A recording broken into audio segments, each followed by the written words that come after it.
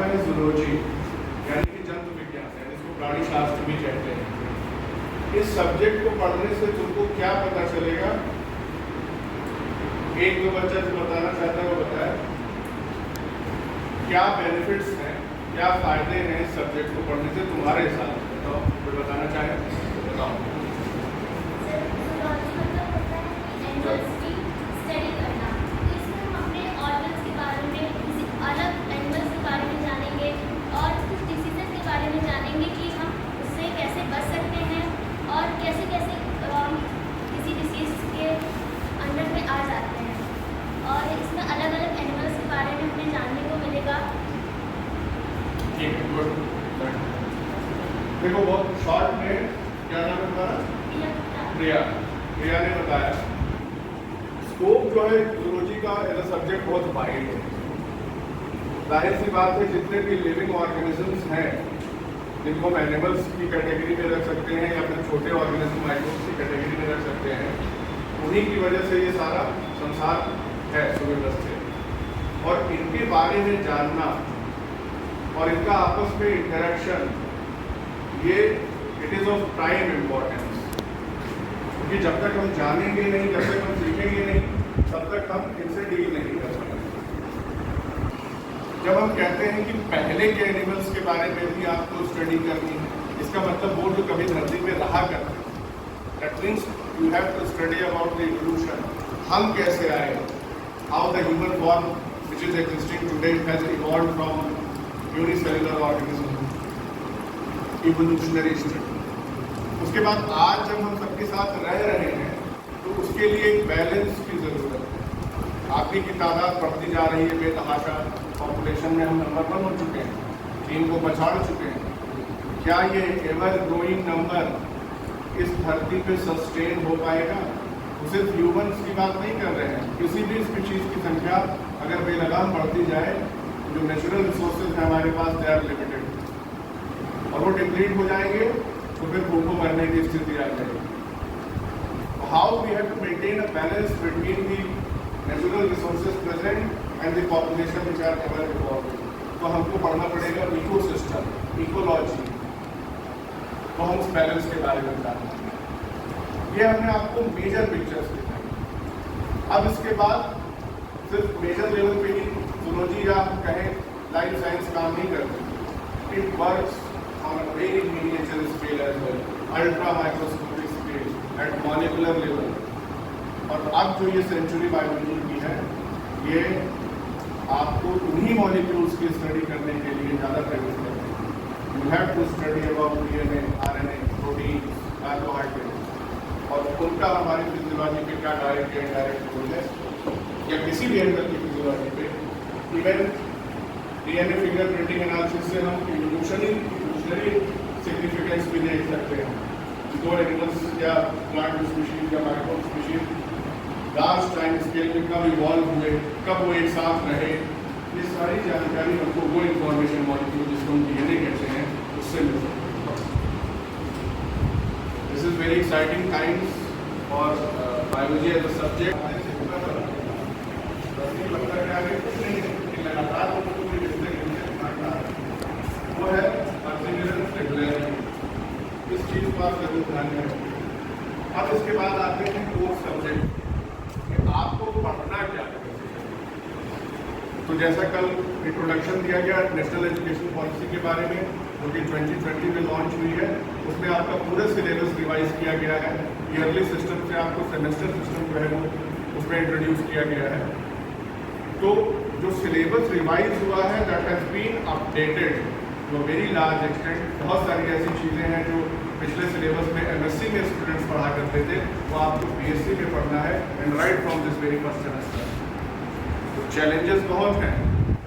जैसे जैसे वक्त बीतता जाता है, नई जनरेशन आती जाती हैं, उनको नए नए चैलेंजेस का सामना करना पड़ता है। पहले की लाइफ आसान थी, भले आपको लगता हो कि पहले मुश्किल में लोग रहे हैं या पहले वाले लोग वो कहते हो कि हम बड़े मुश्किलों से पले बढ़े हैं, लेकिन आज जहाँ कंफर्ट के साधन है वहीं पे उससे जनरेट होने वाले चैलेंजेस भी आपको फेस करने हैं जो पहले नहीं थे। तो आप उस चैलेंज को एक्सेप्ट करिए हैप्पीली और उस चैलेंज से फाइट करने के लिए तैयार है।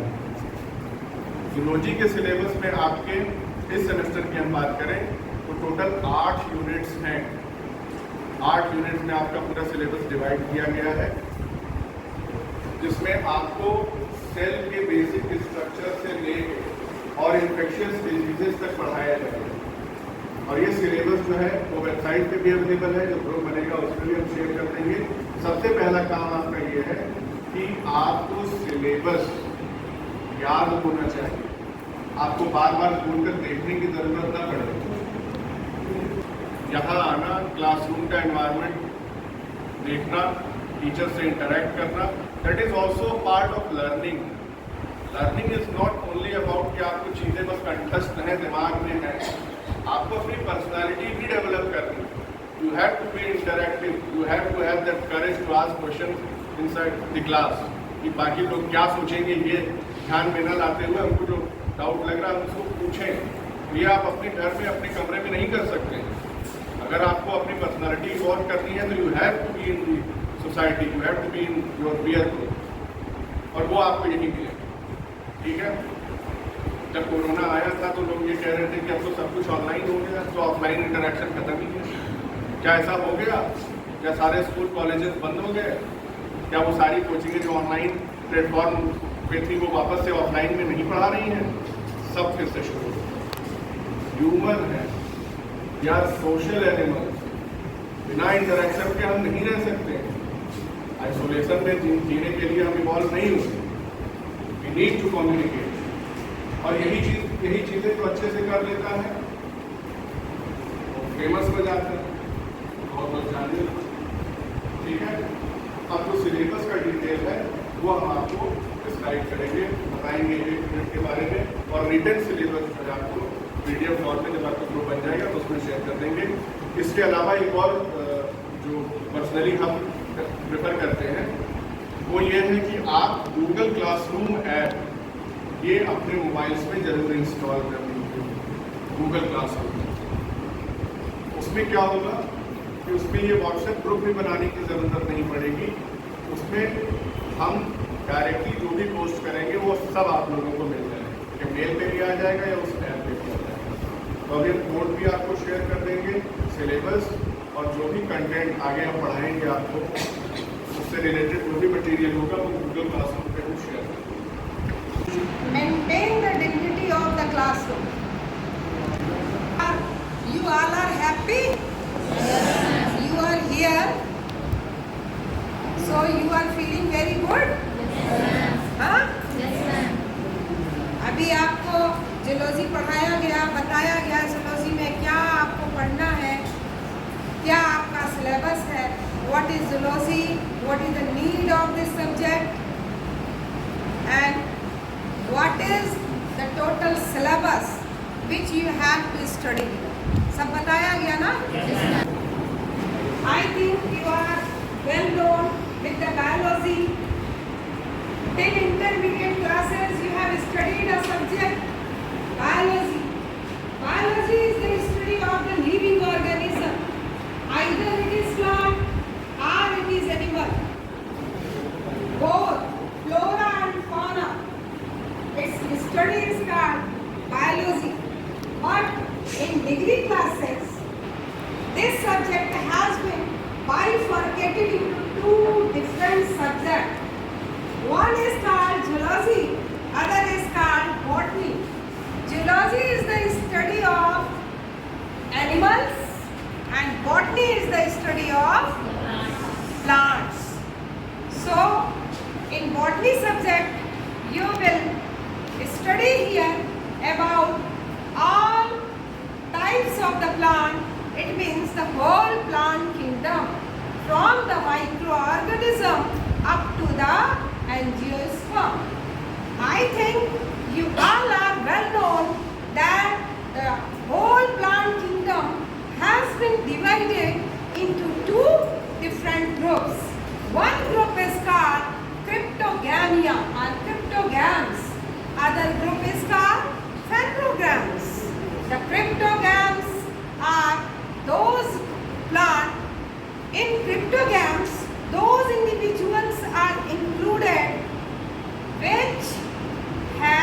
hidden sex organs are no blooming.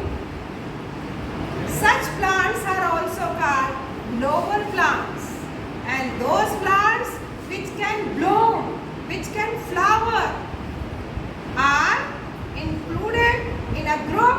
That group is called phanerogams. In BSc first semester, you will study here about the lower botany. I mean about the lower plants,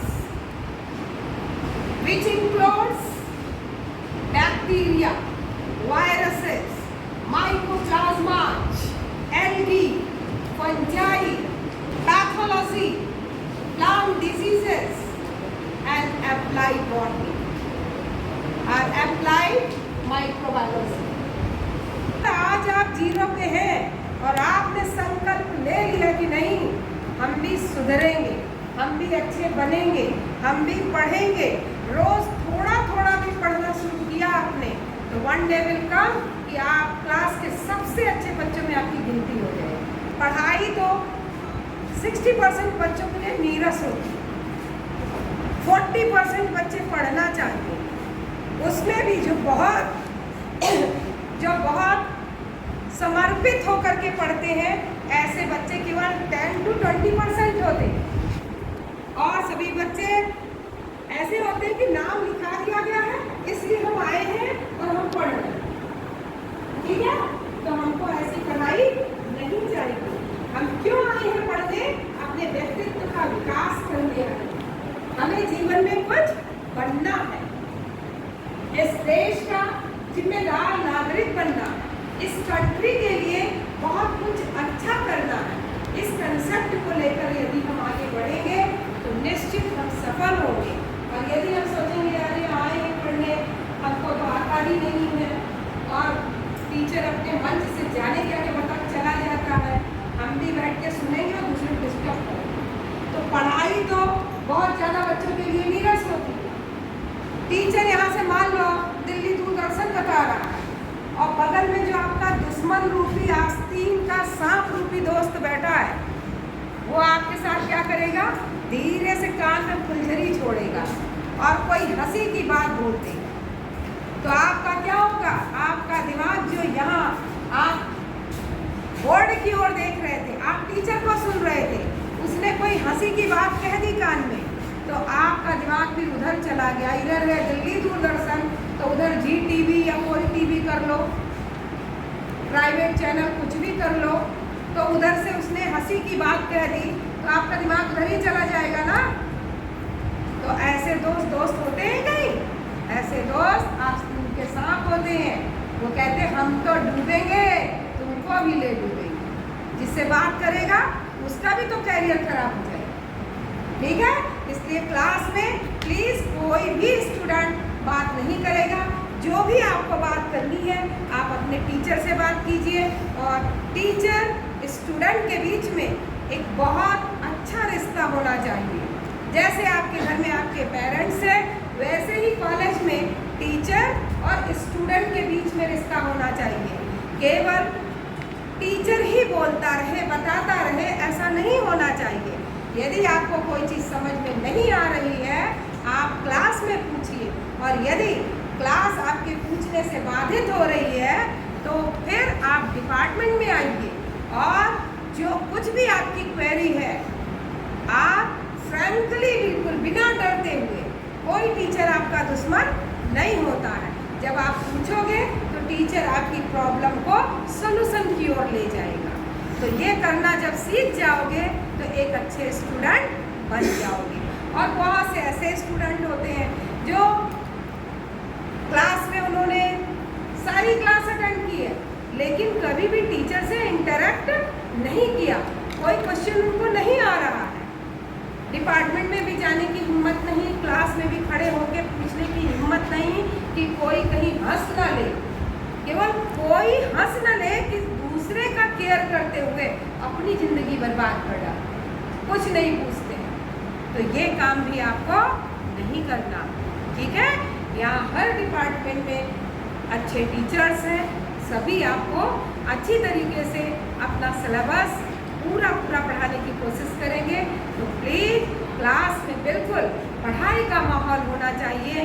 teacher जो कुछ भी दे रहा है क्लास में उसको ज़्यादा से ज़्यादा हम ग्रहण कर लें और घर जाके जब हम अपनी सेल्फ स्टडी कर रहे हैं या जब हम सोने जा रहे हैं उस समय एक बार हमको जरूर मनन करने की आवश्यकता है कि किस टीचर ने हमको क्या पढ़ाया था, क्या याद रह गया और क्या हम भूल गए हैं।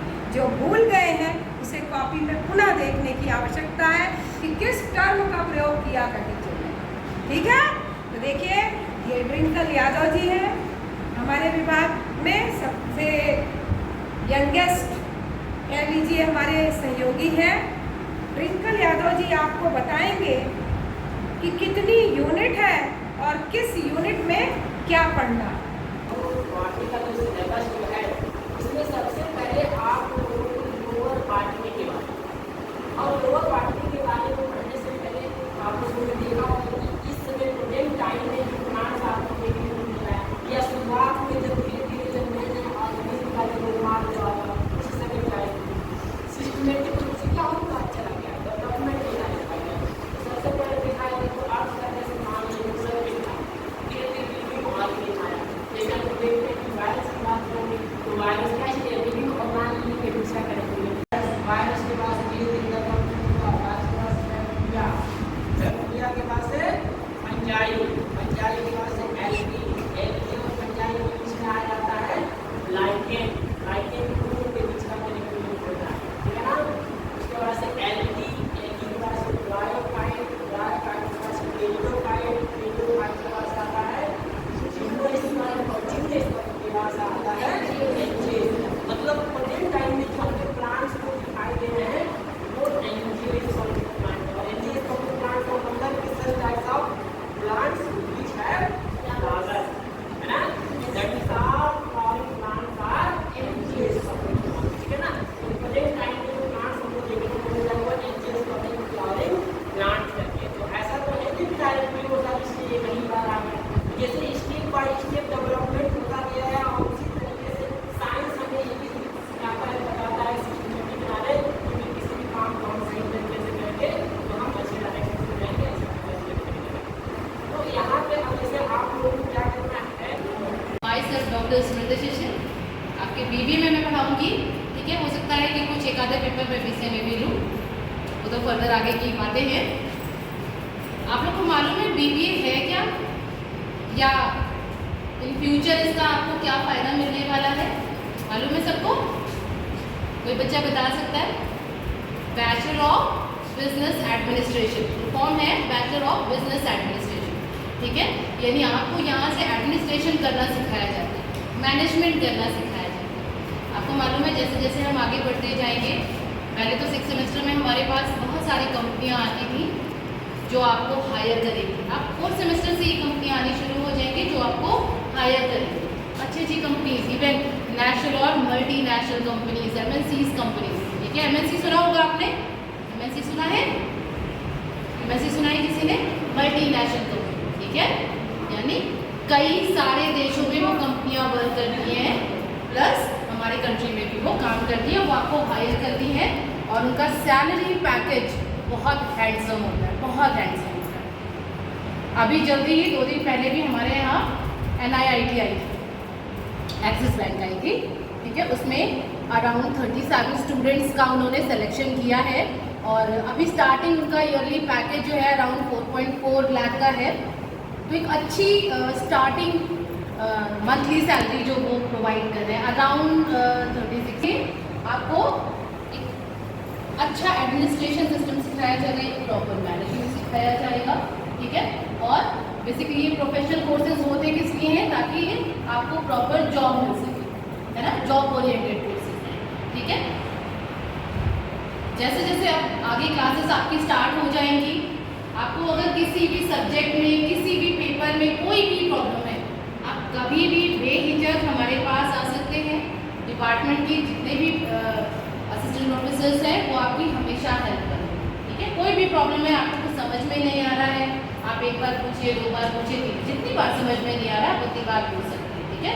डोंट बी हेजिटेट, आपको हेजिटेट नहीं होना है, डरना नहीं है। आप यहाँ सीखने आए हैं तो सीख के जाना, ठीक है। किसी को ये नहीं होना चाहिए कि मुझे कम आता है, मुझे ज़्यादा आता है, मैडम क्या सोचेगी, कोई कुछ नहीं सोचेगा। आपको यहाँ सिखाया जाएगा, पढ़ाया जाएगा, ठीक है। अब मैम का मैं इंट्रोडक्शन देती हूँ। Ma'am doctor Rekha Sharma madam, आप लोग सब लोग खड़े होकर एक बार विश करिए मैम को। से गुड मॉर्निंग। मैम बॉटनी में है। मंचा सिंह मेरे बहुत प्रिय सभी सहयोगीगण और मेरे प्यारे बच्चों, डॉक्टर स्मृति शिशिर, डॉक्टर संदीप शाही जी का ये विभाग है, BBA और BCA। मैं तो बॉटनी डिपार्टमेंट में हूँ बच्चों, लेकिन BBA और BCA के बच्चों से मैं मिलना चाहती थी और मैं बताना चाहती थी उन्हें कि आप समय के साथ चल रहे हैं। क्योंकि मैं बायो की स्टूडेंट हूँ, तो अपनी बायोलॉजी की भाषा में आपके विषय के महत्व को बताना चाहती हूँ। बच्चों, कहते हैं परिवर्तन ही प्रकृति का नियम है ना। परिवर्तन ही प्रकृति का नियम है, हमेशा परिवर्तन होता रहता है नेचर में। और जो भी व्यक्ति, चाहे वो प्लांट हो चाहे एनिमल हो, इस परिवर्तन को नहीं समझ पाता और परिवर्तन को अडॉप्ट नहीं करता है, वो चाहे जितना विशालकाय हो, विलुप्त हो जाता है। जैसे डायनासोर लाखों साल पहले इस धरती पर पाए जाते थे और एक डायनासोर की साइज आज के 10 हाथियों के बराबर मानी जाती है। इतने विशालकाय पशु थे, किंतु प्रकृति में कुछ परिवर्तन हुआ होगा और डायनासोर ने अपने आप को एक्लामेटाइज नहीं किया, उस परिवर्तन को नहीं समझ सका, एडॉप्ट नहीं कर पाया, विलुप्त हो गया, एक्सटिंक्ट हो गया और आज फॉसिल के रूप में बढ़ा है। यानी हम चाहे जितने भी विशालकाय और बड़े हो जाएं, अगर हमने प्रकृति के परिवर्तन को नहीं समझा है तो फिर हम मुख्य धारा से अलग हो जाएंगे। और एक छोटी सी चींटी लाखों साल पहले भी थी, आज भी है, क्योंकि उसने एडॉप्टेशन सीखा। जैसे परिवर्तन होते हैं वैसे उसने अपने बॉडी में परिवर्तन करना सीखा। तो you all are very lucky person. मुझे लगता है BBA में और BCA में जो बच्चे एडमिशन लेते हैं वो सबसे लकी पर्सन है, क्योंकि वो आज के विश्व के बदलते हुए परिवेश को समझ रहे हैं। आज दुनिया डिजिटल हो रही है, पूरी दुनिया मशीन पर आधारित हो रही है। बिना कंप्यूटर की जानकारी के आप कुछ भी नहीं कर सकते। मुझे तो ऐसा लगता है कि किसी भी विषय में आज कोई व्यक्ति PhD भी कर ले और उसे अगर कंप्यूटर हैंडल करना नहीं आता तो वो लेमैन की तरह होगा, वो मुख्य धारा से कट रहा है। और आप सभी ने इस परिवर्तन को समझा है। सबसे ज़्यादा जॉब अपॉर्चुनिटी BBA और BCA की हो रही है। आप सभी बधाई के पात्र हो। आप श्री लाल बहादुर शास्त्री डिग्री कॉलेज में पढ़ने आए तो निश्चित ऊपर वाले की अनुकंपा आपके ऊपर, इसलिए आप यहाँ पहुँचे हैं। आप अपने टीचर्स का आदर करते हुए, सम्मान करते हुए, उनके पास जो भी ज्ञान है उस ज्ञान को आप ग्रहण कीजिए। जो भी टीचर आपको कुछ भी क्लास में अगर बताता है तो आपके व्यक्तित्व को के विकास के लिए लेक्चर दे रहा है। यानी उस समय हमारा दिमाग और कहीं नहीं भटकना चाहिए। और क्लास में कोई भी स्टूडेंट किसी का मित्र नहीं होता। अच्छा स्टूडेंट वही होता है जो क्लास में सोचता है कि मैं हूँ और मेरा गुरु है और तीसरा कोई नहीं, क्योंकि टीचर पढ़ा रहा और बगल बैठा दोस्त यदि उसका पढ़ाई में मन नहीं लग रहा है तो ईर्ष्या गई ना मेरे मन से। ईर्ष्या बहुत बड़ी चीज़ है।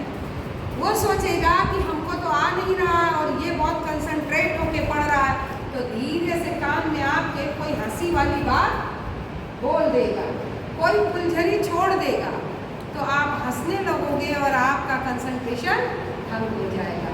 तो क्लास में कोई भी दोस्ती नहीं, जो भी दोस्ती करनी है वो क्लास के बाहर करनी है। आप सभी को मैं बहुत ढेर सारा आशीर्वाद देती हूँ कि BBA करते ही आप जॉब के लिए जहाँ भी जाएं वहाँ सफल रहें और BBA के बाद यदि आप MBA कर लेंगे तो और भी ज़्यादा आप आगे बढ़ जाएंगे। इसी तरह मैं BCA और BBA दोनों क्लासेस के बच्चों के लिए कहना चाहती हूँ कि आपका भविष्य बहुत उज्जवल हो और ये प्रोफेशनल कोर्स हमारे महाविद्यालय में विगत 2 वर्षों से आए हैं, जिसका परिणाम बहुत अच्छा दिखाई दे रहा है। और यहाँ से जब आप भारत ही नहीं विश्व के किसी भी कोने में जाकर अपने सब्जेक्ट की नॉलेज का अपनी नॉलेज को आप वहाँ निश्चित इस महाविद्यालय का नाम होगा, आपके गुरुओं का नाम होगा, आपके परिवार का नाम होगा, गौरव बढ़ेगा, इस जनपद का गौरव बढ़ेगा, राज्य का और राष्ट्र का भी गौरव बढ़ेगा। इन्हीं शब्दों के साथ मैं अपनी वाणी को विराम दे रही हूँ। Thank you ma'am. मैम ने जितनी अच्छी बातें आपको बताई हैं दिमाग में रखिएगा, ठीक है। और आप ये चीज़ जान लीजिए, आप जो आज आए हैं, अभी अलग अलग कॉलेजेस से बच्चे आए हैं, अलग अलग स्कूल से बच्चे आए हैं, सब अलग अलग हैं, लेकिन ये श्योरिटी है कि जब आप यहाँ से जा रहे होंगे तब आपके अंदर जो बदलाव होगा वो बहुत ही सुंदर होगा, बहुत सुंदर होगा। क्यों? क्योंकि आप यहाँ का एनवायरनमेंट अडेप्ट करते हैं, ठीक है। जैसे मैम ने कहा, अगर चीज़ों को आप अडेप्ट करते जाएंगे आप अपने अंदर एक पॉजिटिव चेंज लेकर के आएंगे। बेसिकली हम लोग पूरी तरीके से आपके पर्सनैलिटी डेवलपमेंट करते हैं, बस आपको हमारे साथ क्या करना है, कोऑपरेट करते हुए चलना है, ठीक है। कोई भी प्रॉब्लम है, we are here to solve the problem. हम सब यहाँ इसीलिए हैं कि आपकी समस्याओं को हमेशा सुलझाएं, ठीक है।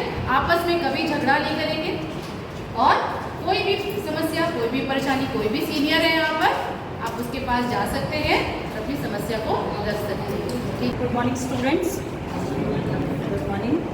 कल आपका इंडक्शन सेशन हो चुका है, आप सबसे मिल चुके हैं, लेकिन आज हमारे बीच डॉक्टर रेखा शर्मा मैम है बॉटनी डिपार्टमेंट की, तो वो आपको कुछ बताएंगी। उससे पहले आप मतलब आपको कल बताया गया है कि आपका जो इंडक्शन सेशन है आपका 3 दिन का चलने वाला है। इसमें आपका इंट्रोडक्शन और क्या क्या एग्रीकल्चर आपने क्यों लिया है, आप स्कोप क्या है, वो चीज़ें आपको बताई जाएंगी। सौभाग्य तो प्रत्येक दिन का होता है, लेकिन कभी कभी दिन आ जाता है जब परम सौभाग्य प्राप्त होता है। तो आज कल तो था, आज परम सौभाग्य का दिन है जब हमारे अभिभावक डॉक्टर रेखा शर्मा मैडम हमारे बीच उपस्थित हैं और आप लोगों का सौभाग्य है, परम सौभाग्य है कि उनका आशीर्वचन आप प्राप्त करेंगे। और आप BSc AG कर रहे हैं और जिसके विषय में आपने विधिवत जानकारी करके किया होगा, लेकिन ये एक प्रोफेशनल कोर्स है। वस्तुओं का उत्पादन किया जाता है, जिससे बनाए जाते हैं, वस्त्र मंडी आवश्यकता की जरूरत होती है और इससे जो आपको इकोनॉमिक प्रोडक्शन प्राप्त होता है, जो उत्पादन प्राप्त होता है, उस उत्पादन से जो आपको जिसको कहेंगे कि धन प्राप्त होता है, रुपया पैसा प्राप्त होता है, उससे छोटी छोटी बचत करके आप अपने लिए एक सेंटर बिल्डिंग करना। लेकिन ये मूलभूत आवश्यकता से सिर्फ काम चलने वाला नहीं है। आज की उन आवश्यकताओं की पूर्ति के लिए इतनी भारी अंतम जनसंख्या है, देश की बढ़ती हुई जनसंख्या है, पूरी विश्व स्तर पर ले लिया जाए तो ये जनसंख्या बहुत है। उस जनसंख्या को खाद्यान्न उपलब्ध कराना हमारे देश के कृषकों के लिए, वैज्ञानिकों के लिए, सबके लिए एक चुनौती बना हुआ है। और उस चुनौती को पूरा करने के लिए 2 ऑप्शन, 2 विकल्प सुझाए गए। एक विकल्प तो कि किसानों की जोत का आकार बढ़ाया जाए और 2 उपाय सुझाए गए विचारकों द्वारा, कृषि वैज्ञानिकों द्वारा, कि किसानों की जोत का आकार बढ़ाया जाए, क्योंकि हमारी जोत का आकार बहुत छोटा है, लैंड होल्डिंग्स बहुत छोटी है, तो उसको बढ़ाया जाए। दूसरा प्रति इकाई क्षेत्र उत्पादन बढ़ाया जाए। तो प्रति लैंड होल्डिंग्स को हम किसी भी स्थिति में बढ़ा नहीं सकते, क्योंकि जो एक क्षेत्रफल है निश्चित है, प्रदेश का क्षेत्रफल, जिले का क्षेत्रफल, आपके जिले में तहसील का, ब्लॉक का, इसके अलावा आपके गांव का, आपके घर का क्षेत्रफल। अगर आपके पास 4 बीघे खेती है तो उस 4 बीघे खेती को बढ़ाया नहीं जा सकता, बल्कि कोई व्यक्ति बेच रहा है तो आप खरीद के बढ़ाते हैं, उसका क्षेत्रफल कोई इलांगेशन उसका नहीं किया जा सकता। तो ये हमारी समस्या का समाधान नहीं कर सकता। अगर आपके पास मान लीजिए 4 बीघे खेती है, आपको 10 बीघा खेती हो जाए तो आपका उत्पादन बढ़ जाएगा। लेकिन जो फिक्स क्षेत्रफल है, आपकी सीमाएं निश्चित है, कितनी आपके पास जमीन है, उसको किसी भी स्थिति में बढ़ाया नहीं जा सकता। तो ये तो फेलियर हो गया, जिससे इस विश्व की बढ़ती हुई जनसंख्या को भोजन उपलब्ध कराया जा सकता है कि प्रति इकाई क्षेत्रफल उत्पादन बढ़ाया जाए। और प्रति इकाई क्षेत्रफल उत्पादन बढ़ाने के लिए अच्छे बीज, खाद, उत्पादन तकनीकी, खेती के साधन, उसमें वृद्धि किया जाए, तभी हो सकता है। और इसके लिए आप एग्रीकल्चर का अध्ययन करते हैं, प्रति इकाई क्षेत्रफल बढ़ाने के लिए ही एक अंग के रूप में हम कृषि संस्थान, कृषि विज्ञान केंद्र, तमाम एग्रीकल्चर यूनिवर्सिटीज हैं जिनके द्वारा कृषि पर शिक्षा प्रदान की जाती है। कृषि की शिक्षा प्राप्त करके आप एग्रीकल्चर सेक्टर में अपनी खेती कर सकते हैं। इसके अलावा फर्टिलाइजर कंपनी है जो खाद बनाने का कार्य करती है, सीड कंपनी है, इंसेक्टिसाइड कंपनी है, शुगर फैक्ट्री है, तमाम मल्टीनेशनल कंपनियां हैं, उसमें आप कार्य कर सकते हैं। और इन सबका जो संयुक्त रोल होता है वो सिर्फ प्रति इकाई क्षेत्रफल उत्पादन बढ़ाने के लिए कार्य किया जाता है, जिससे आपकी आमदनी में इजाफा हो, खाद्यान्न उत्पादन बढ़े और पूरी जनसंख्या को भोजन उपलब्ध कराया जा सके। धन्यवाद। समय बहुत कम है।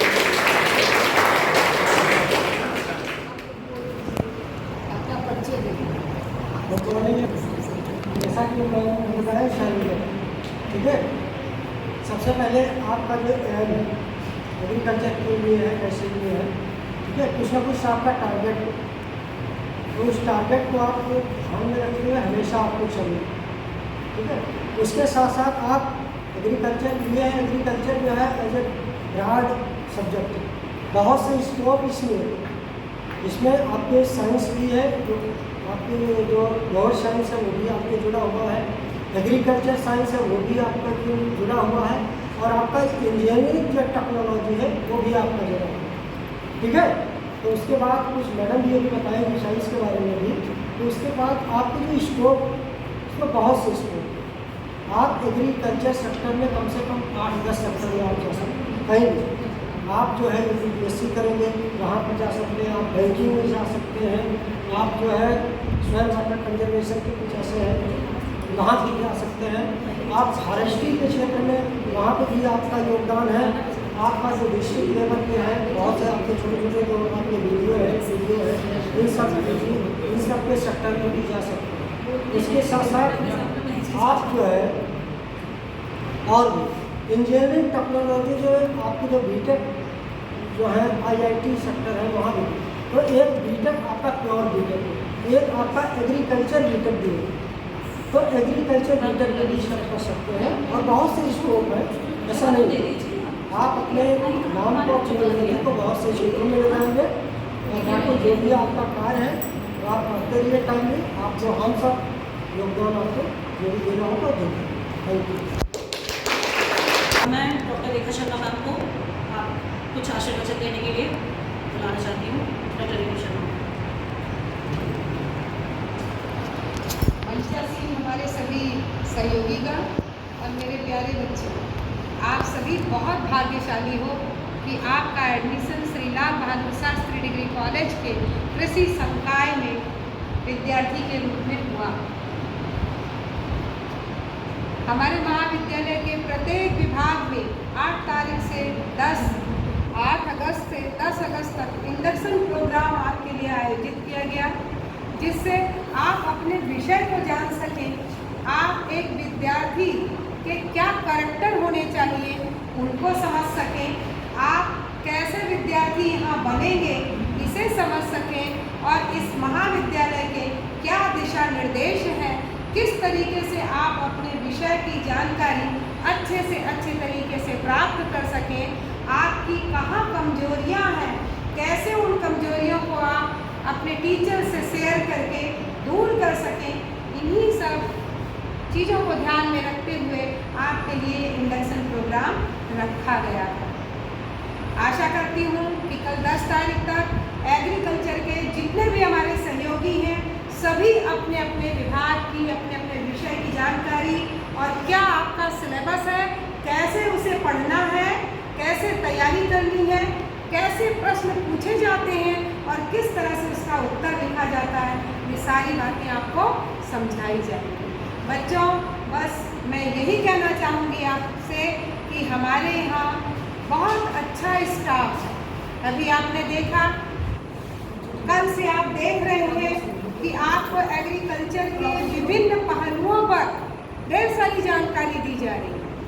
जहाँ से भी आप इंटरमीडिएट करके आए होंगे और यदि एग्रीकल्चर पढ़ा होगा तो एक ही शिक्षक आपको पढ़ाता होगा। यहाँ आपको बंच ऑफ टीचर्स से मुलाकात हुई और सभी टीचर अपने अपने विषय का आपको ज्ञान देंगे। मैं आशा करती हूँ कि आप बहुत अच्छी तरीके से पढ़ेंगे। आप लकी पर्सन हैं, आप समय के साथ चलने वाले स्टूडेंट हैं, क्योंकि जो ये युग है, वर्तमान युग, ये एग्रीकल्चर और कंप्यूटर का युग है। यही दो विषय में नौकरी की, आत्मनिर्भर बनने की, स्वावलंबन की अपार संभावनाएं, क्योंकि जो भी शोध होने हैं, जैसे जैसे पॉपुलेशन बढ़ती है वैसे वैसे ही फूड की रिक्वायरमेंट, फोडर की रिक्वायरमेंट, शेल्टर की रिक्वायरमेंट है ना, जो विकास होता है तो उसमें एग्रीकल्चर का रोल बहुत बड़ा होता है। मैं ये आशा करती हूँ कि यहाँ से जब आप BSc AG करके निकलेंगे तो निश्चित आपको विभिन्न कंपनियों से नौकरी के लिए जरूर आमंत्रण आएगा और आप जल्दी से जल्दी आत्मनिर्भर बनेंगे। जो राष्ट्रीय शिक्षा नीति 2020 है, इसका उद्देश्य भी यही है, शिक्षा को रोजगार परक बनाना। तो और सब विभाग तो जो ट्रेडिशनल सब्जेक्ट्स हैं वो तो रोजगार परक बनाने की कोशिश कर रहे हैं और आपका विषय तो रोजगार परक एब्सोल्युटली है। यहाँ से जाने के बाद आप खुद सोचिए, मशरूम की खेती एक ऐसा व्यक्ति कर लेता है, कहीं बस 2 महीने की ट्रेनिंग की या 15 दिन की ट्रेनिंग की और उसने मशरूम कल्टीवेशन करके लाखों रुपए कमाना शुरू कर दिया। And you all are the student of agriculture. आपको यहाँ सिखाया जाएगा कि मशरूम की खेती कैसे की जाती है और जब आप सीख जाओगे तो आपसे अच्छा कल्टीवेशन कौन करेगा, आप अपने पैर पर खड़े हो जाओगे। ये तो मैंने मशरूम में छोटा सा एग्जाम्पल दिया। बहुत सारे ऐसे विषय हैं एग्रीकल्चर के जो आपको आत्मनिर्भर बनाने की अपनी वाणी को विराम देते हुए एग्रीकल्चर संकाय के विभागाध्यक्ष डॉक्टर घनश्याम द्विवेदी जी, डॉक्टर स्मिता सिंह जी और डॉक्टर विनय पांडे जी, सभी के प्रति मैं आभार प्रकट करती हूँ। और यहाँ मुझे लेकर आएंगे डॉक्टर स्मृति शिशिर जी। मैंने कहा ना कि BBA, BCA, एग्रीकल्चर, ये सभी ऐसे सब्जेक्ट्स हैं जो हमको रोजगार की ओर हमारा कदम बढ़ा देते हैं, स्वावलंबन की ओर बढ़ता हुआ एक कदम, ये सभी विषय हैं। तो आप सभी का मैं बहुत बहुत आभार प्रकट करते हुए अपनी वाणी को विराम देती हूँ।